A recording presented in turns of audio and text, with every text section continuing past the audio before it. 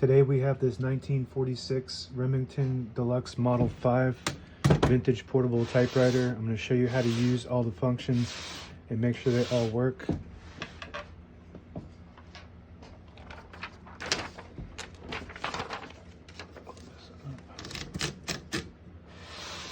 The margins are located behind this flip panel in the back. You just push and move like that on each side.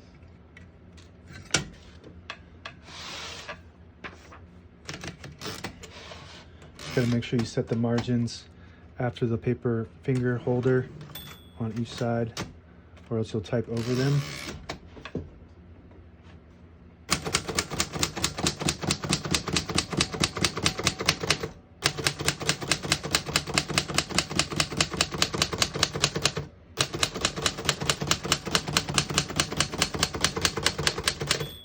Once you hear the bell, you're at the end of the margin. You hit this line space, gets you back to the beginning. It gives 1 or 2 spaces. Right now we have it on single, but if you want double, you can switch it with this little knob right here. You just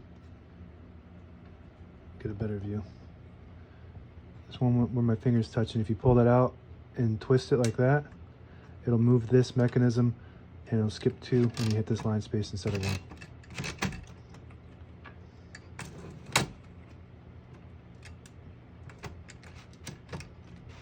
It's actually still on 1. There's 2 right there.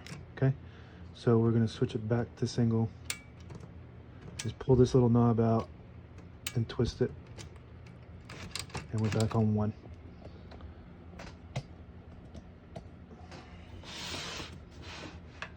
So we're going to get back down to where we were and finish typing. As you can see, all the keys type nice and none of them skip or stick. You type a sentence on the next line.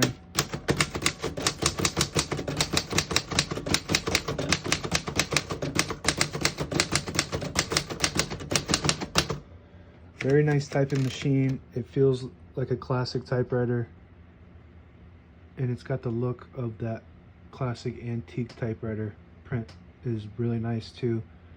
Remington made really nice products in America. They made rifles too, along with typewriters, some of the best in the world at the time. And if you buy something brand new, it will never be this well made with this type of material. The new typewriters come with really weak and cheap materials, and they break and jam up, and they are basically worthless once you open the box. These will last forever, and they actually gain value over time. So to pull the paper out easy, there's a switch right next to the carriage release. So this inside switch will unlock the rollers underneath the platen, allowing you to pull the paper out easy, or load thicker paper like carbon copy or cardstock. It's got a backspace on the top right here, works good. A shift on each side and a shift lock on the left. To clear that shift lock, you just hit the shift button again. This is a self-starter. It is basically the same as a tab, but it just has a set amount of spaces on each time you hit it all the way to the end. Works good. This is your color selector switch. Right now we have a solid black ribbon, but if you had a black and red ribbon, you can switch that up and the ribbon just goes higher, so you hit the bottom portion of the ribbon. That works good too. This is your carriage release right here, and that allows you to control the carriage freely. There's one on this side too, right behind the knob. This lever right here is your locking mechanism. So you might get one of these and it's locked like that and you can't figure out how to unlock it. That's how you do it. You just push that, manipulate that, and it should unlock. You just pull it towards the knob here like that, and then it will unlock. And that's for carrying it in the carrying case, so that way it doesn't bounce around in there.